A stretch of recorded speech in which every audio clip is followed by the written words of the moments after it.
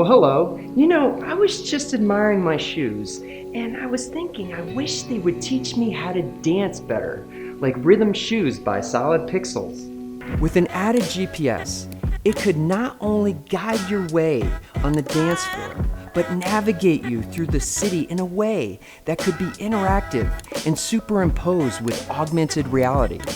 Other shoe companies should incorporate a similar design like Rhythm Shoes using haptic sensors, posing a wide range of possibilities. Actually, those Rhythm Shoes and that dance reality app sure could come in handy when battling the Hololabs' Floorkids.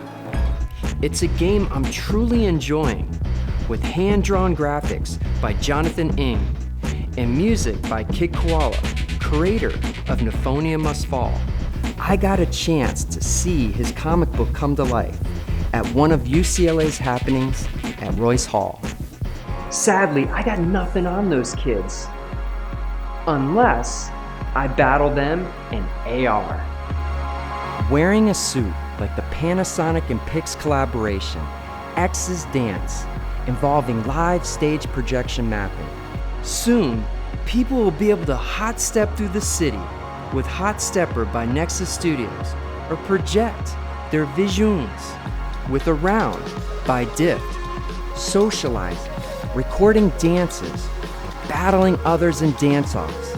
But that's not the only way to leave your artistic mark, musical signature, or act of protest.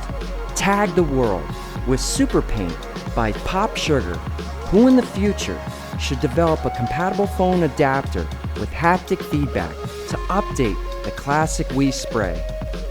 Truly, with the new possibilities opened up by AR, made available by AR Core and ArKit and others, what you imagine can be brought to life in the real world. AR won't just be around us, it'll be us. You know, I learned a little something from Trixie Studios. Aha!